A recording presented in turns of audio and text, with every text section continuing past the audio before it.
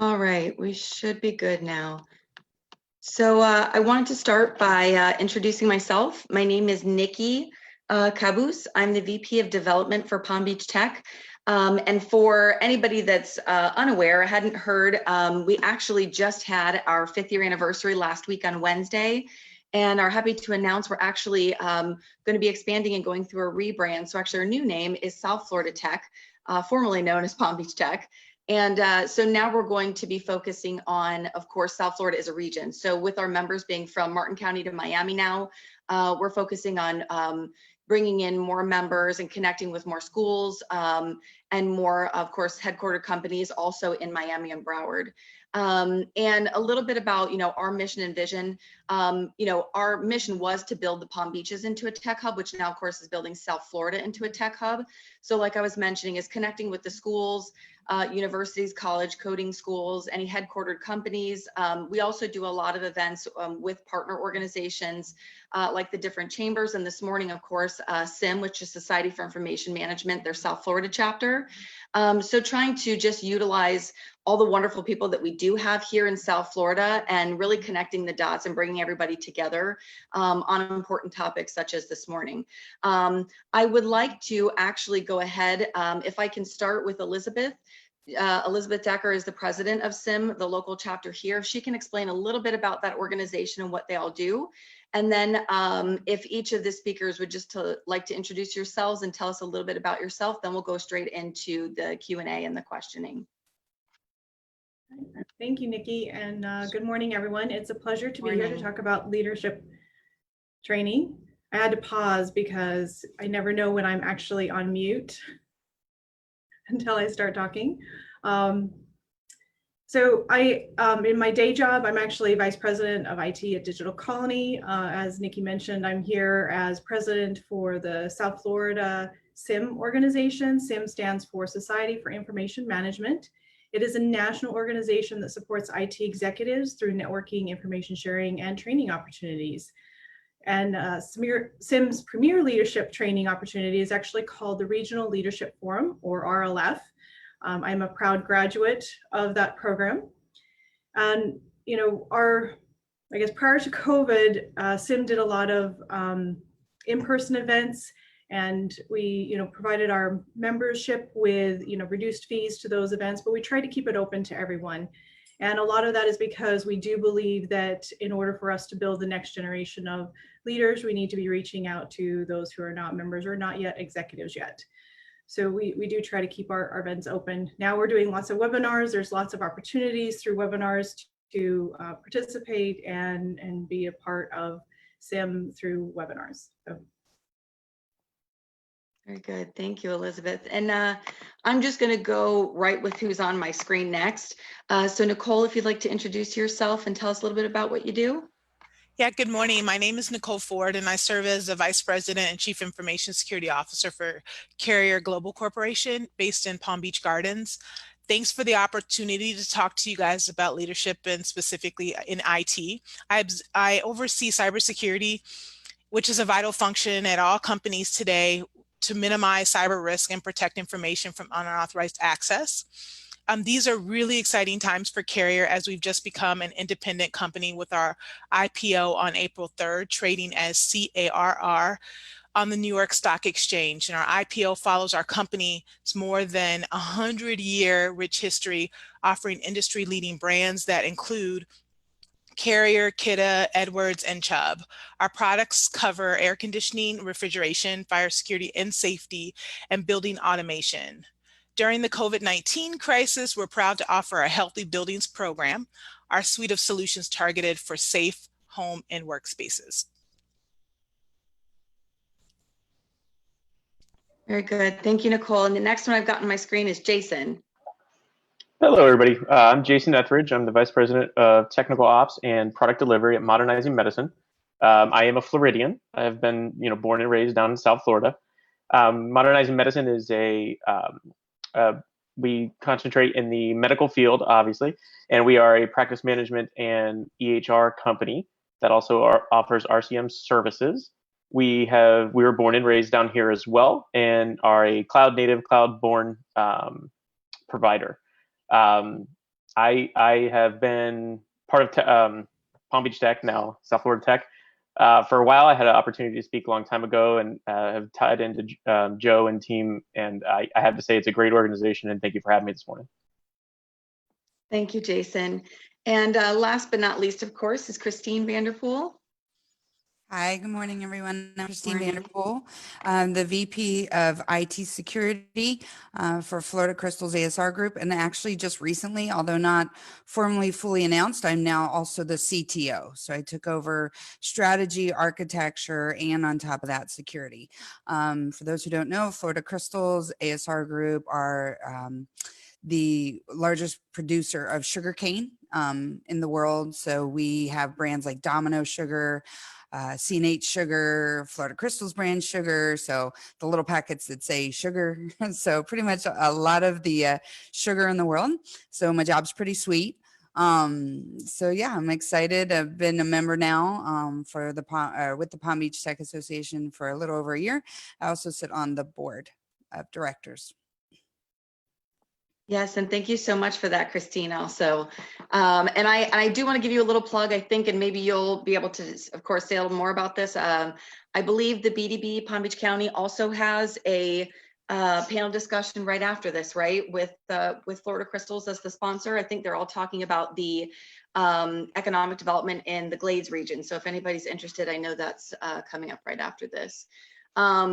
And I do want to kind of just give an overview of what we're going to talk about this morning. Basically, the discussion is all on IT leadership career development and discussing how we can, promote leadership under the subtext of being a good leader, such as like qualities of being organized, a good communicator. Those are all the kind of norm, but what else does it mean to be a good leader, and how do we get those career development connections, either mentors, organizations such as SIM, which I know Elizabeth will talk about, but where do we find those resources? So I want to go directly into the Q&A this morning, because I know we've got a lot to talk about in limited time. So the first thing I'd like to talk about is a little bit more on each of your own individual personal leadership journeys. So my first question to you all, anybody who would like to answer, would just be, with so many different definitions out there of leadership, can you tell us what a good leader means to you? Whoever would like to answer first. I can jump in. For me, leadership is about taking initiative and making things happen. And it honestly, there has nothing to do with your title. I could be a janitor and be a leader. And in fact, one of my early experiences with leadership was actually working in a cleaning crew in college, and just noticing things not being done in a way that was helpful, and working with the team members there to find a better way. That's leadership. For me, every time I think of leadership, I don't know if you've seen ever the little stickman figure where there's a guy on a boat with a megaphone and he's yelling at everyone to row, and then they flip it around and there's the guy in the front paddling to bring his team along with him. And I think that for me, that's a really good visualization of how leaders should be. We should be with our teams, right alongside, leading them, not just commanding them and telling them what we want them to do. Exactly. I love that visual. Absolutely. So just to add to both of those, it's being a part of a team. It's bringing people together for the common good, whatever that good is, whatever that mission is. It's taking folks on a journey where you are trying to get for the greater good. I don't know that I have a whole lot more to add. They did a really good job. I think, but leadership is ultimately about creating a way for people to contribute to make something extraordinary happen.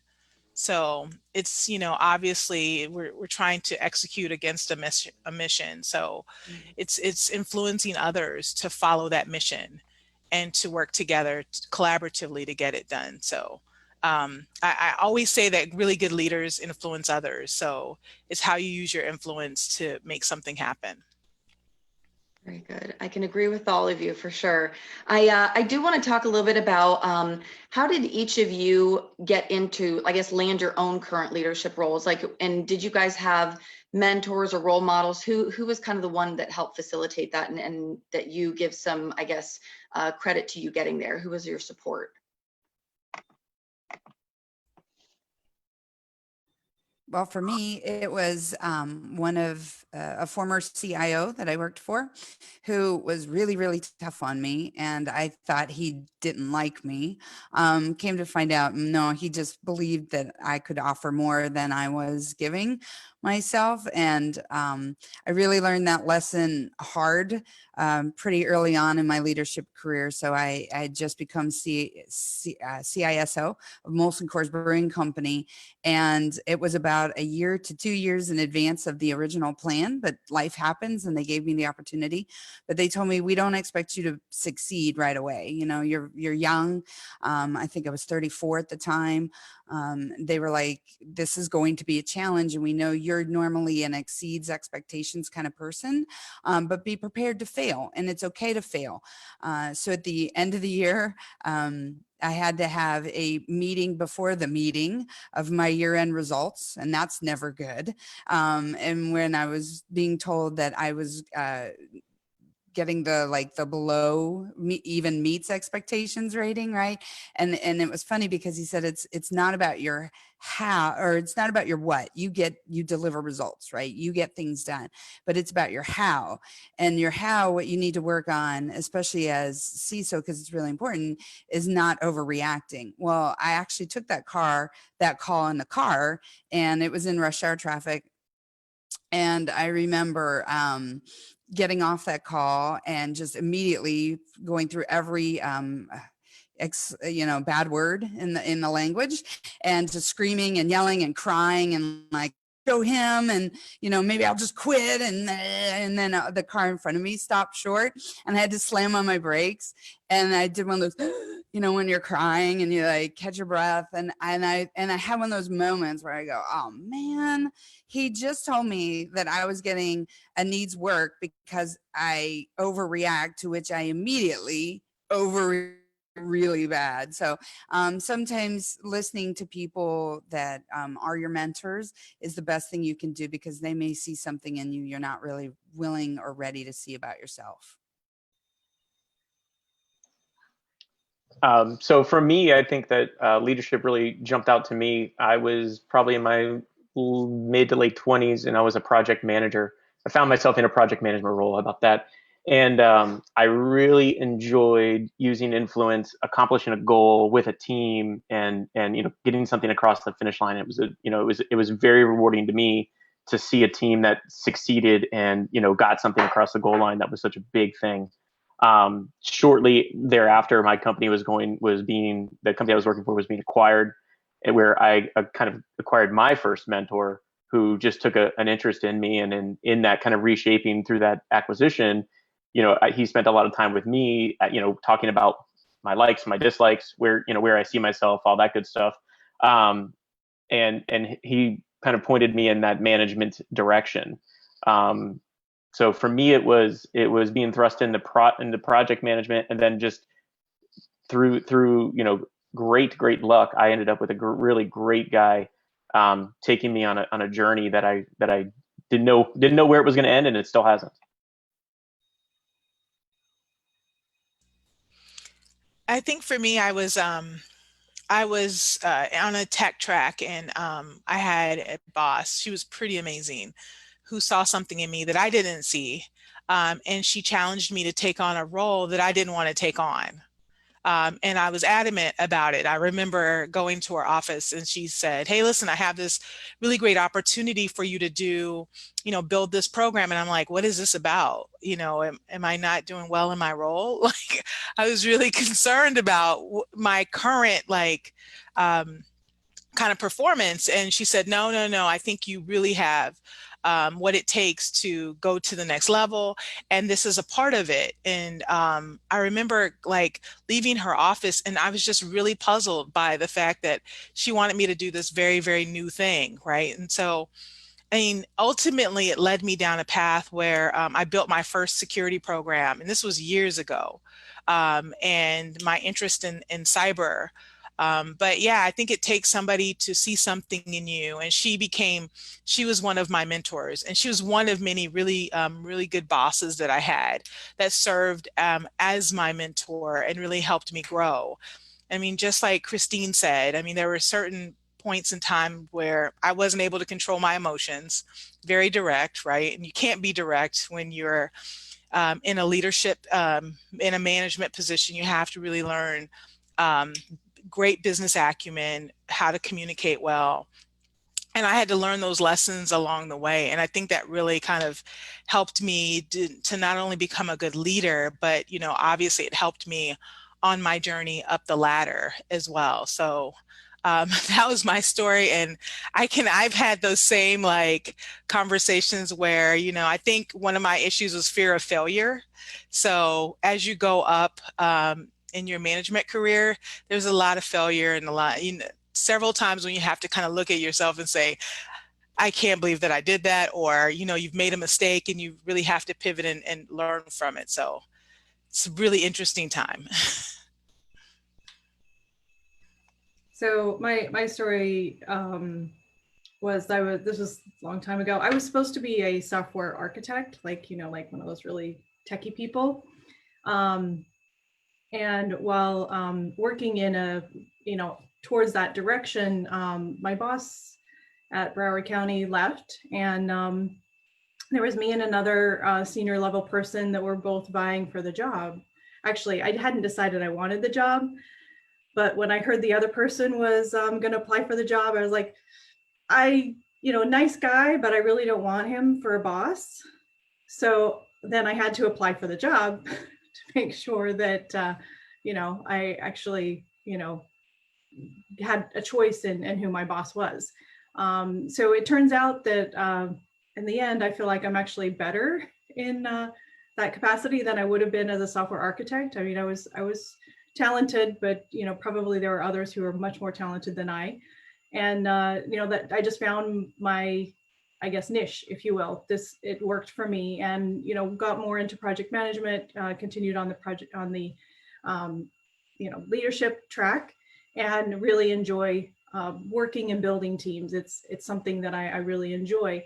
I've had many mentors along the way, and, a lot of times it's a boss, it's somebody, who takes an interest in you that you report to, and they give you good feedback. And that's, one of the things that is so critical so often, and I understand that it's typical for women to be told you're aggressive or you're this or that, but not specifics, right? Not specific things that you can change. And so I've always been appreciative of any boss who will give me a specific, here's an action that you can take that will make things better for you.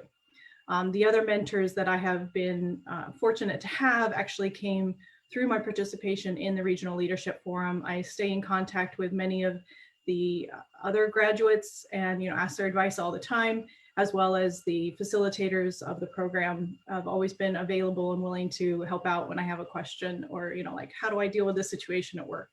It's been very, very helpful to have those resources to go to.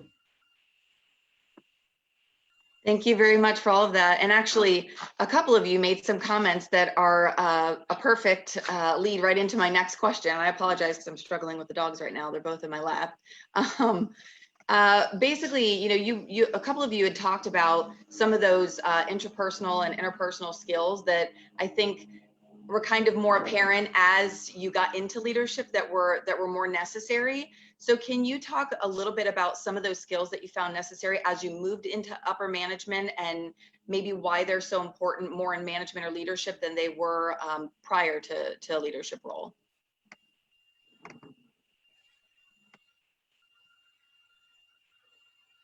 Sure. For me, again, it was learning how to be more calm and not overreact to every situation. That was definitely a hard one to learn. But I also learned along the way, you have to find out those things about you that are truly who you are and that make you who you are as a leader. And those things, no matter what people might say, I don't think you should ever bend on those or change those because they're core to who you are. And so instead, you should find companies and positions that support those things about you. Yes, there are definitely things that as leaders we have to grow, we have to mature, we have to change about ourselves. But I believe there are a set of core values or core to our personalities, and you have to be able to be those things in order to be successful. So for me, that is being rather outgoing and loud, and some people call it gregarious, right? So I could never be in a role where I was expected to be more, I don't know, quiet and not as so outspoken and not so just crazy me. And so I think it's okay though. It's okay to have those things about you, but some of the things you definitely need are good communication skills. Also that willingness to fail and to realize that. I think it's also really important to have good inner reflection of where you need to mature and where you need to grow and how you're going to get there. So those are some of the key things for me. But again, I think you have to define those things that make you who you are. I like to think of it as like a brand, right? Like you are a brand, just like we all work for companies that sell, most of us sell either a product or a service, and that's our brand, right? And really strong brands, if you think about them over time, they have things about them that are core to what make that brand iconic. So you have to think about that and think about what makes you iconic, and don't ever change that just to make profitability or anything, right? That is core to who you are, so stay true to that. I would echo that. One of the things that I've been learning over the years is that your authenticity is critical to building trust with your teams. People can tell when you're not being authentic, and it leads them to not trust you. So authenticity is so important. So I would definitely agree with that. I would also add, learning how to interact with other people is so critical. One of the things that I think was really beneficial when I did go through the RLF program was they took us through so many assessments, Strengths Finder, MBTI, there was also the DISC, so many things, not just to help us learn who we were, but also to help us learn how to recognize other personality types. And I hate to call it a personality test because it's really not, but it's more of like, if you know that a certain person likes to be communicated to in a certain way, you can adjust your communication style to be more effective in your communication. And those were really good skills. And they kind of tie into the interpersonal, because if you're aware of yourself, you're aware how you behave, what's comfortable for you, and then you're also aware of how other people behave and what's comfortable for them, it makes that interaction so much more effective and so much easier. Resolve a lot of conflicts just by understanding where someone is coming from. Those are really important things, to learn and to develop and continue developing, because every time you meet someone new, it's a whole new process that you go through, figuring out, okay, where is this person? What is it that they need?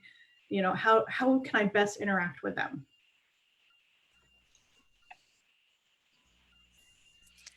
I think you definitely need business acumen, right? I think we're in tech, right? And I think it's important for us to understand how to speak to other people within an organization. And that doesn't necessarily translate into technical speak, it's more business speak, and how to effectively communicate. So, business acumen along with communication skills is really important.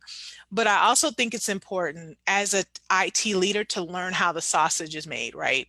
So if whoever you're working for, really understanding, how do you make revenue? Why is that important?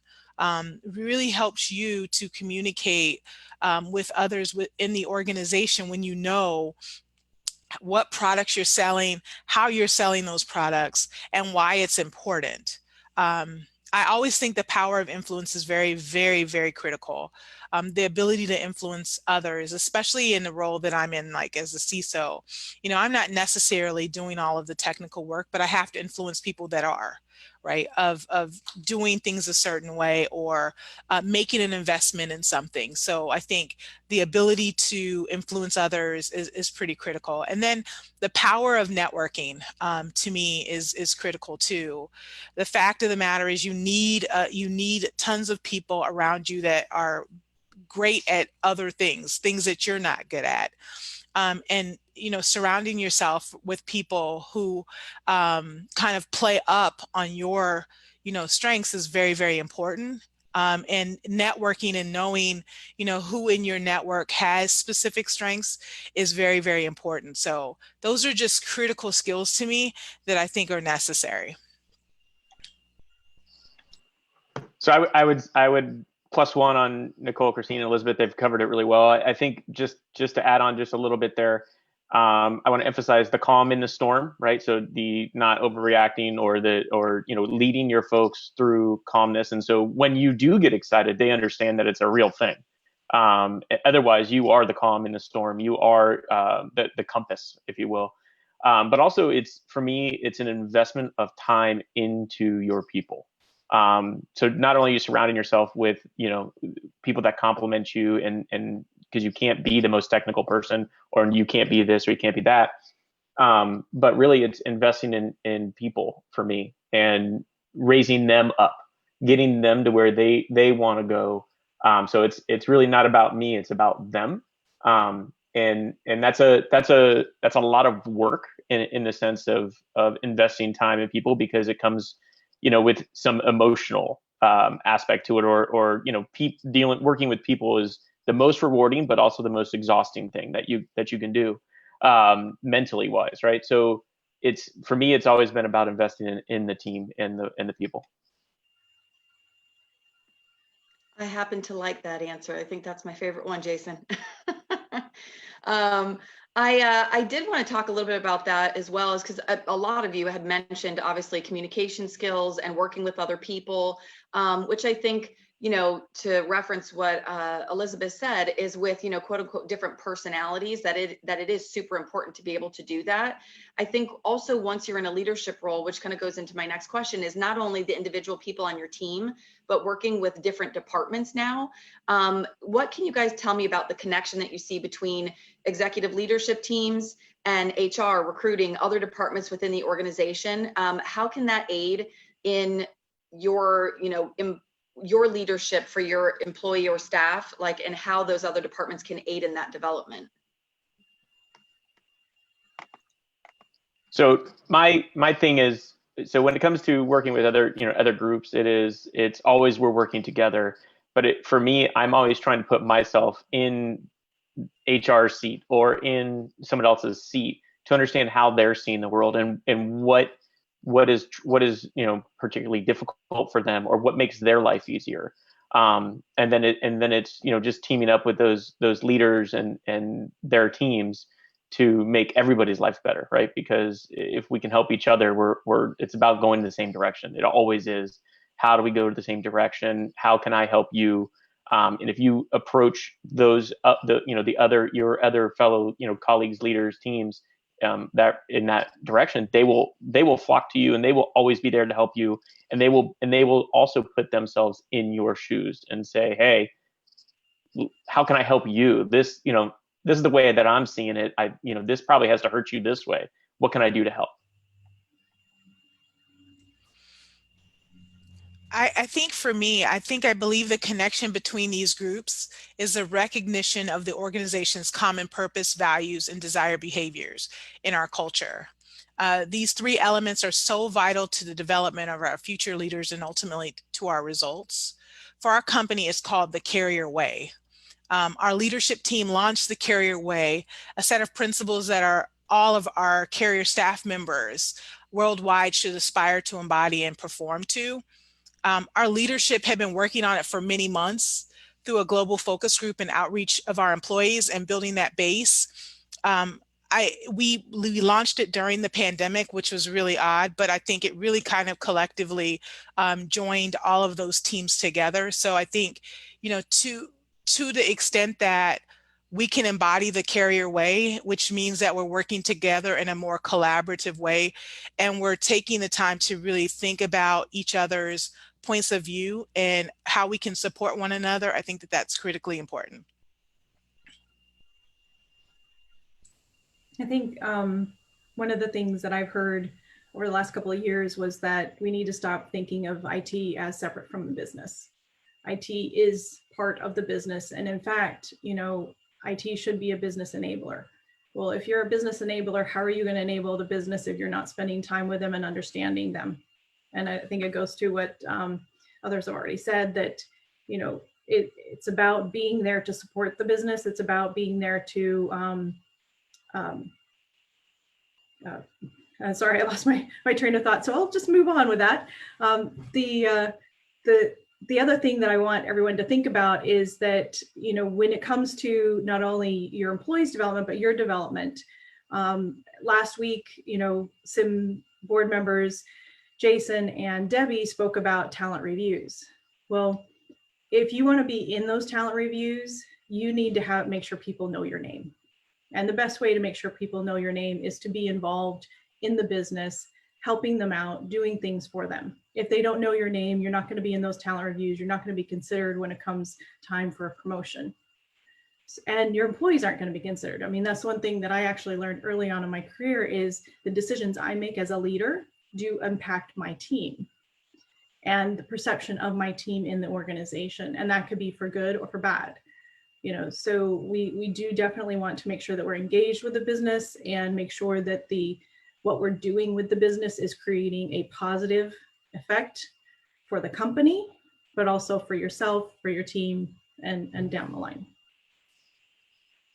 So I'll second. Actually, my largest pet peeve of IT is when somebody in IT says the business. I actually get on people every day. I'm like, no, you mean the function of HR, or you mean the function of supply chain, or the function of, and we are a function of that whole ecosystem as well. So I cannot stress how much that's one of those things that gets underneath my skin, and it just, because IT is just a function. We are just a part of the larger organization as a whole. And so we have to stop seeing ourselves as someone separate from that, right? Because then it feels very us versus them, rather than all of us together going after a singular mission.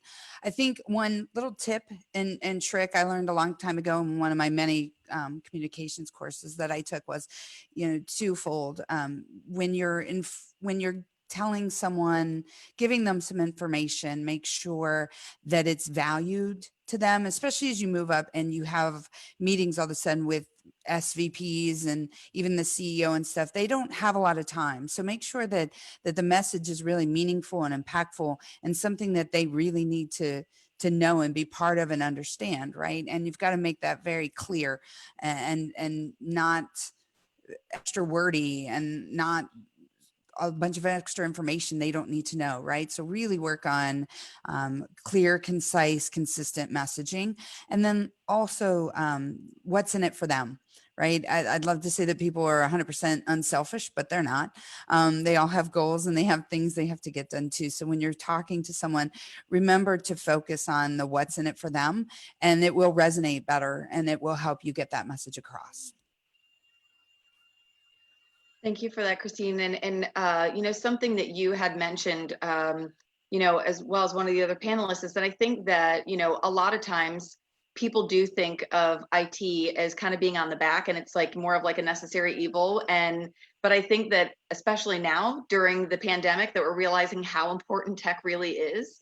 And I think, that that's something that I think people have to stop doing, is looking as IT as just kind of like being on the back burner, part of the quote unquote back office. Like they are actually, like you stated, a function of the entire business. Like they're not, it's not the business and then tech separated. So I think that was a really, really awesome point.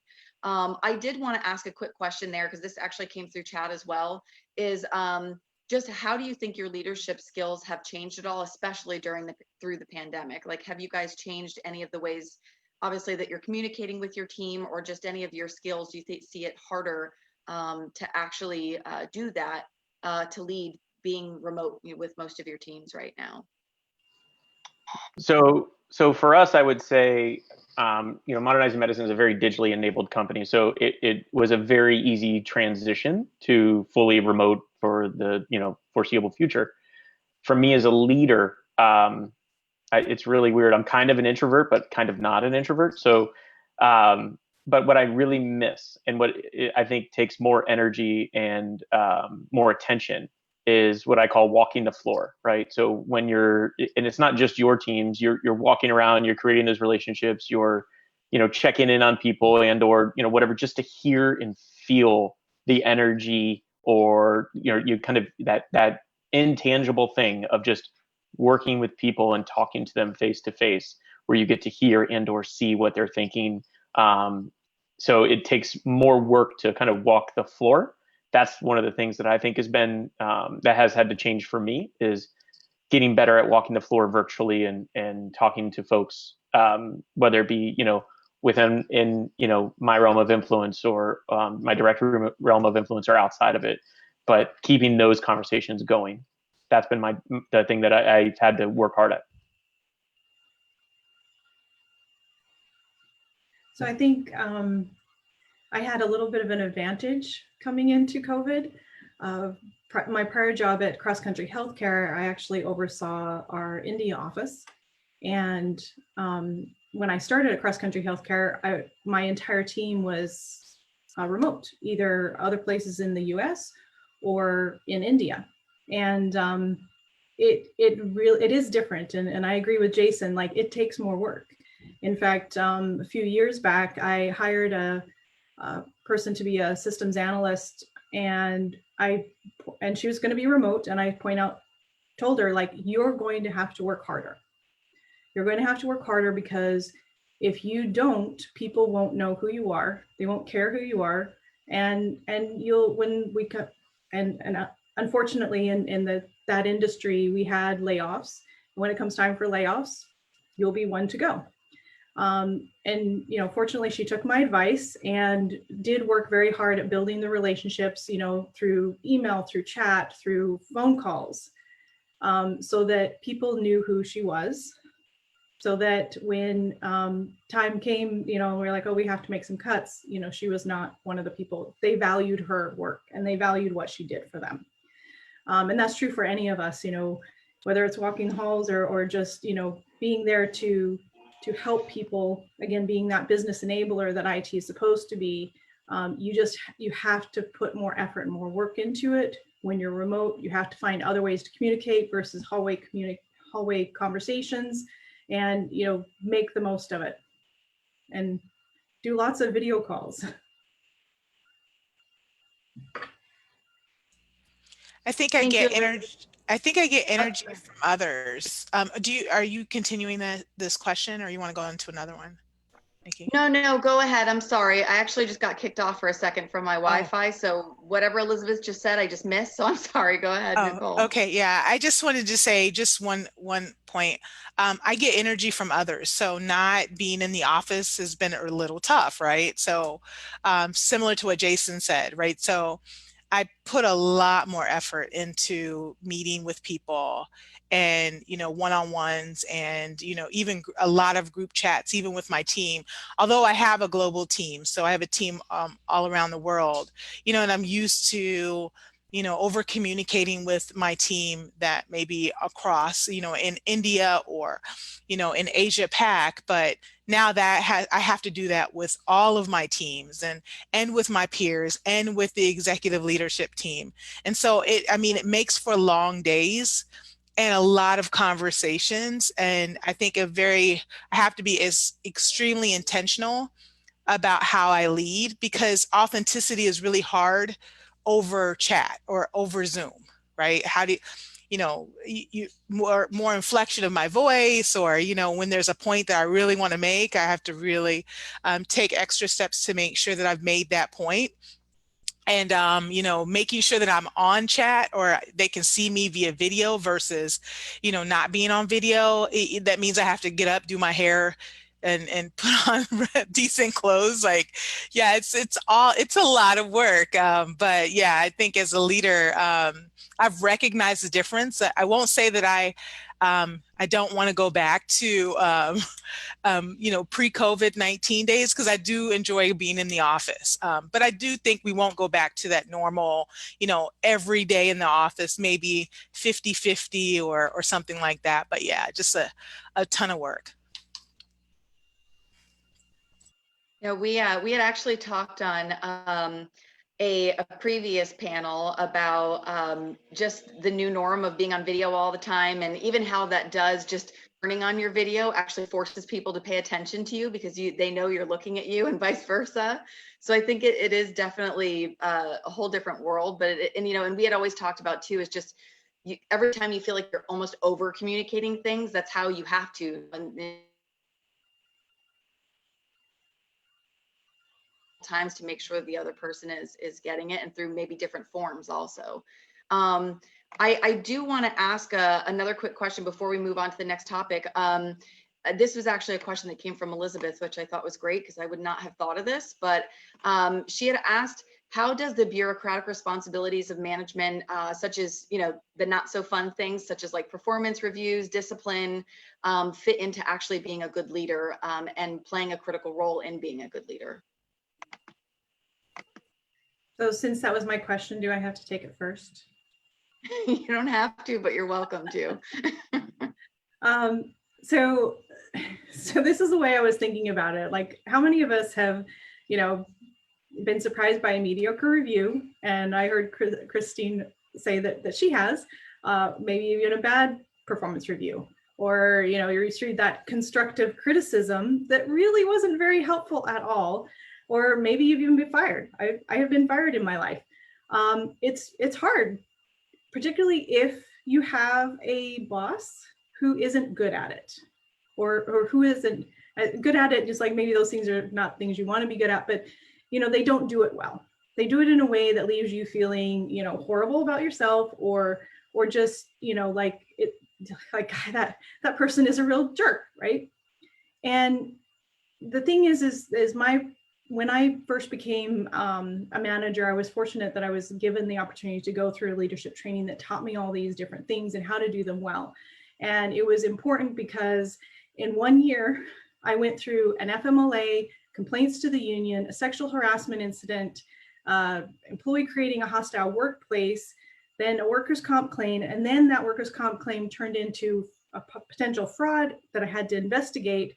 So I just think if I had not had that training on how to do that properly, how many opportunities I would have had to really mess it up. And it's not just messing up for me, like I mentioned before, is like the things that you do as a manager or a leader impact your team. So I could have ruined somebody's career. I could have, made life difficult for them. They could have lost their job. There's so many different things that could have happened if you don't do those things right. And so to me, it's just really important that, it's great to have all the, the leadership qualities that you have. Perfect. You need to have those. You also need to know how to do the basics of running an organization within the policies and procedures, or, regulations based on whatever, the government rules at the time. It's really important because you could be damaging other people's careers if you don't do it right.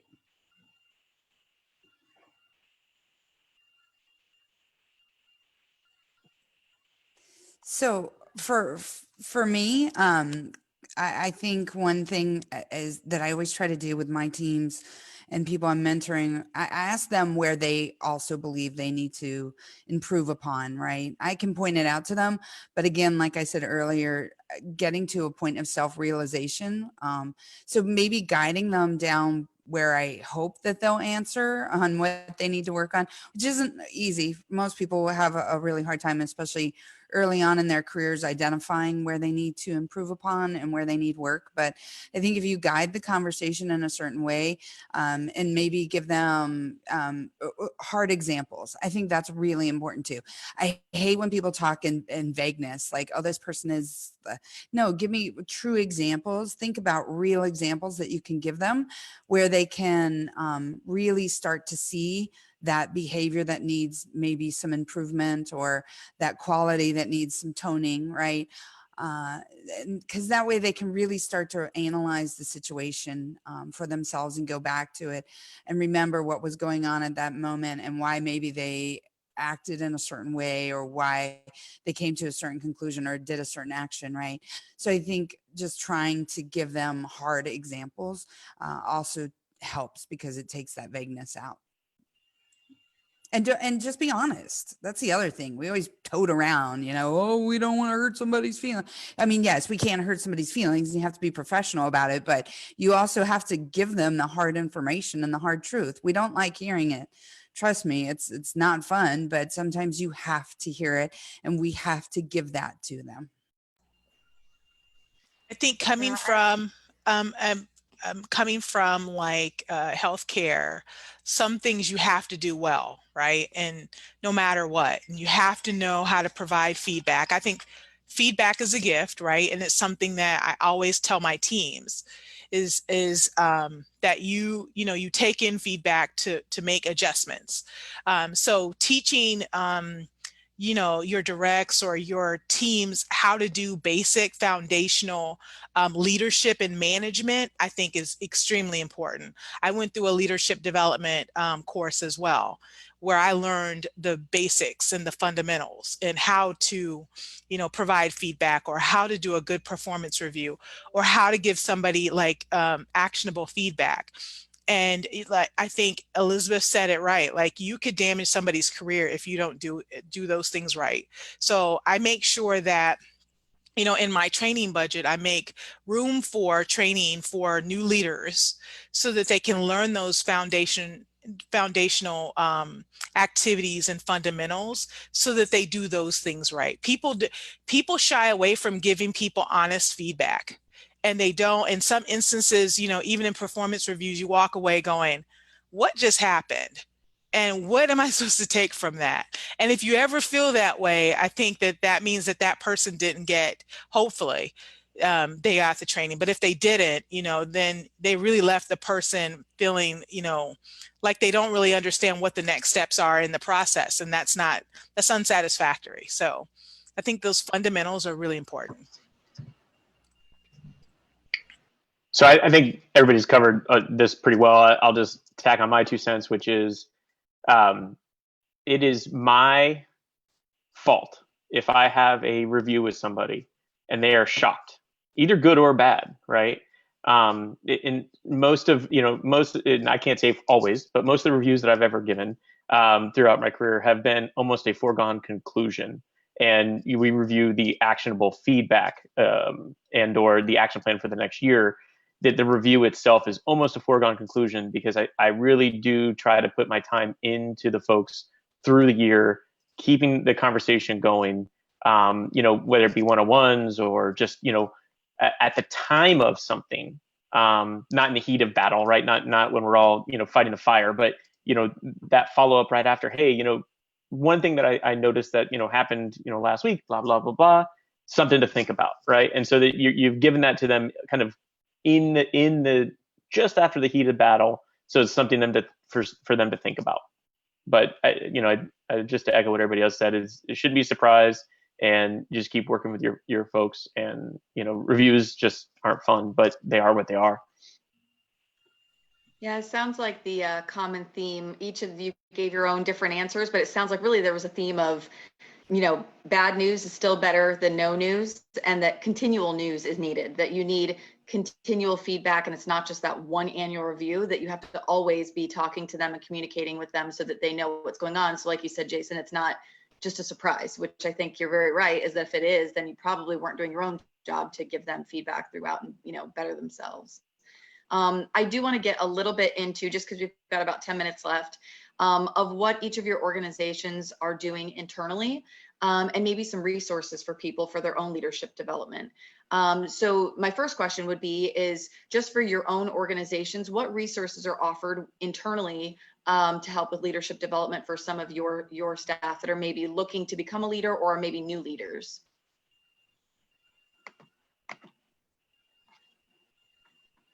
So on the Modernizing Medicine side, we do, so we subscribe to LinkedIn Learning. So there's tons of content out there that we provide. We bring in, we're regularly bringing in folks to do leadership training for all varying ranges, right? Whether you're, an exec or a new fledgling supervisor.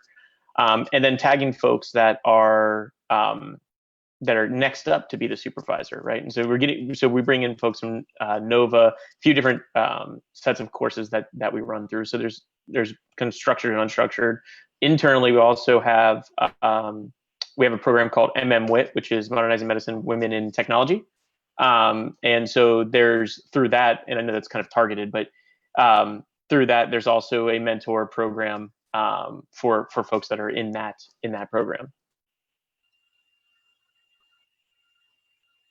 So with SIM, and I know Nikki, you mentioned internal programs. SIM is actually available to anybody who can join as a member. We do have some membership rules, but you know, we often find ourselves being flexible with those as well.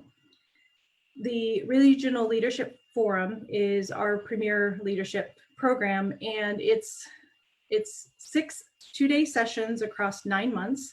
And it's basically, the sessions are held in St. Petersburg, Florida. They're actually held throughout the United States, but that's the one that's close to us.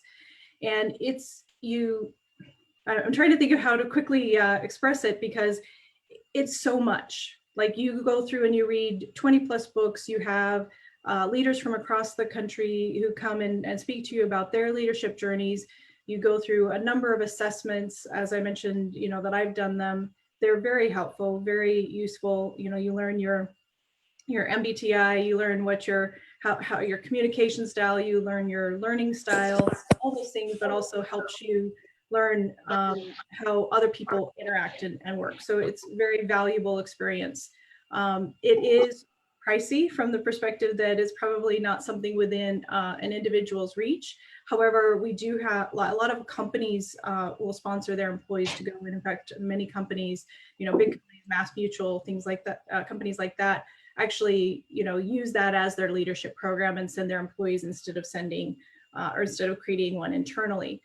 So if anyone is interested in that, they're welcome to contact me. I even can help you kind of put together a justification to give to your manager to, you know, maybe get you into the program at, you know, where the employee is paying for it. Also, we do offer volunteer opportunities as far as if you want to be a SIM board member. That's an experience that I've had where it gives you a lot of opportunities to practice your leadership skills in an environment where, you know, we're just happy to have you. So we're not going to, you know, like get frustrated and say, oh, you can't be a board member anymore. We're going to work with you and help you build those leadership skills if you're volunteering to be a board. And if you don't happen to qualify for SIM board memberships, I would encourage you to find other organizations where you do qualify. I'm sure, you know, Nikki can pipe in that says, hey, if you want to be a South Florida Tech board member or a volunteer, I'm sure she'd be happy to have you as well.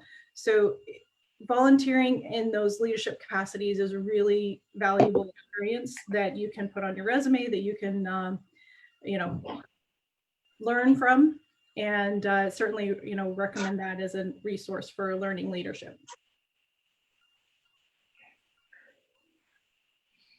Yeah, and I did want to mention as well, like, you know, I know similar to what you were saying, Elizabeth, is, you know, being part of an organization like SIM, you know, or Palm Beach Tech / South Florida Tech now, is that I think you guys have the same thing also, is just being around your peers. You know, you guys are more, I think, specifically leadership, which is great. And I know even internally with us, we have different peer groups.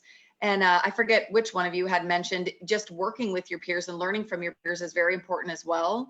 And you know, that's something that we try to do, is like we have different councils or peer groups where I think you guys do a lot more like specific training. Ours are more like roundtable discussions in that style. But I think it is very important to make sure that you're learning from the person that's next to you and connecting, because somebody that may be at a different company, totally different industry, doing something different, but maybe in a similar role as you, you could definitely take, you know, some learning lessons away from that too. I think, Nicole, were you going to say something? I thought there was somebody about to say something. I apologize. I think it was Christine. Oh, okay. Oh yeah, I was just going to answer what you know, we do. We have we have a internal online training course. We also have a new managers course. And then on top of that, we have what's called Sugar University, which I think is really cool. And that's more about learning all the different aspects of the business. So I think that also helps because, again, as said at the very beginning, if you understand what the company does and what its mission is and what all the different pieces and parts, it'll help you build that leadership because you'll understand where other people are coming from. And then outside of that, you know, I've taken lots of courses by the American Management Association that I thought were really good early on in my career. And we also do try to, everyone has a training budget in our company, and we encourage them to either take, you know, technical trainings or leadership trainings if that's the path that they're on. Yeah, and Christine, that's perfect for my last question because we have time just for one more. My last question was really not necessarily just internally with your own organizations now, but just personally with you all being in leadership roles. What are, you know, things that you guys have gone through? I know there's so many different things from your more formal classroom setting type of leadership to they've got, you know, these outdoor team building things. I mean, what are things that you guys have gone through personally that you found really helpful or loved through your leadership journey? So for me, the most influential one was a class that I took long before I was technically a leader, right? And it was a class that was getting results without authority. And I think that's such a critical skill to learn as you grow your leadership, because a lot of times it's not about being somebody's manager. Somebody said it earlier, a leader and a manager are not the same thing, right?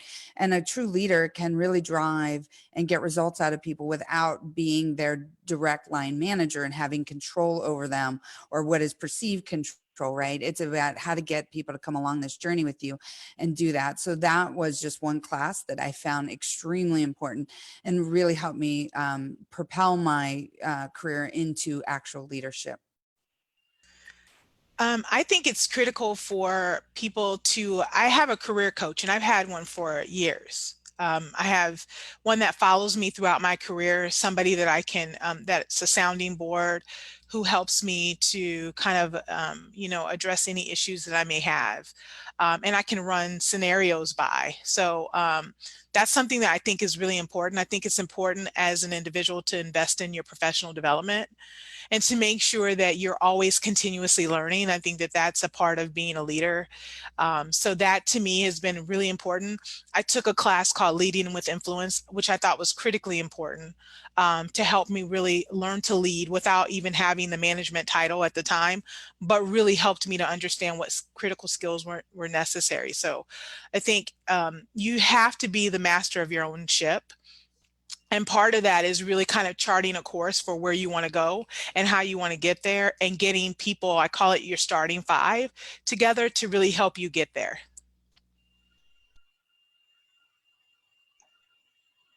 For me, I can't point to one particular class I've taken. You know, I've had the opportunity. I've been very fortunate to have several different classes, several different programs over the years, and it for me, it's a culmination of everything, right? It's great. I've had the, you know, we kind of throw around the term mentor a lot. That's a very special relationship to me. Not everybody that you work for is a mentor, and not everybody, you know, you're not a mentee. That's a very kind of sacred thing. Not to overstate it, but and so I've had two phenomenal people to work for, and they have done a lot. But it's also the other leaders that I've watched, good, bad, or indifferent, right? There's something to be learned from everybody that you're watching, and take it all in, and then be introspective, right? So look at yourself, look at, you know, where you know, be critical of yourself to the point where you're always assessing where you want to get stronger, where you need to get stronger. And the way that you're carrying yourself. For me, it's just it's everything. It's listening, watching. It's peers and or, you know, folks that work, you know, that work under me, right? It's you got to listen to everybody, and you can learn something from every single human around you. So I'm also like Jason. There's so many classes and courses that I've taken that it's hard to point to one that was really pivotal. I can't even forget that. It did not come out very well. though I really did like the Regional Leadership Forum, and I know I'm here to kind of plug that, but it was really beneficial because it covered so many different topics. One of the things that I loved about it was that it didn't, it wasn't course material on its own. It did incorporate a lot of books, and that is one thing that I have used throughout my life to learn things is books. And books are so accessible, right? You don't have to have a lot of money to go buy a book that will help you learn a new skill. And if you're going to go that course, I would recommend that you also get together with a group of people that are also reading the same book, because one of the values that I got out of the Regional Leadership Forum was that everybody was reading the book at the same time. And we were kind of like accountability partners. Like when you came into the session, it was like, okay, you read the book, but what did you do about it? And you had to be accountable to other people in the group for whether or not you incorporated the things that you learned into your day-to-day life. And you actually had to speak to that. So if you can't attend Regional Leadership Forum and you want to create a book kind of club, if you will, that is one of the most important things about it, is reading the book together and holding each other accountable for actually learning how to, or incorporating those learnings into your day-to-day life. And just one other quick plug is that the CIM South Florida chapter, we are looking at planning a leadership program similar to that, where we do go through books and have a group that are discussing the books at the end and holding each other accountable to actually incorporating those learnings. So that'll be something that we hope to be coming out in the next month or so. So stay tuned on that. Thank you, Elizabeth. And that is the perfect place for us to end. I was going to say, one, just thank you for everybody, especially because I know our community coffees are so early at 8, just for everybody waking up and joining us. And then, of course, if any of the speakers, if you guys have any links or information, especially Elizabeth with CIM, if there's anything that you'd like to send, we'd be more than happy to get that out to everybody that RSVP'd through Eventbrite. But just thank you again for showing up and being very honest and transparent with us about your own personal experiences. And I actually took a lot from this myself, so I really appreciate everybody this morning. Thank you. Thank you. Everybody have a great day. Thank you. Thank you all.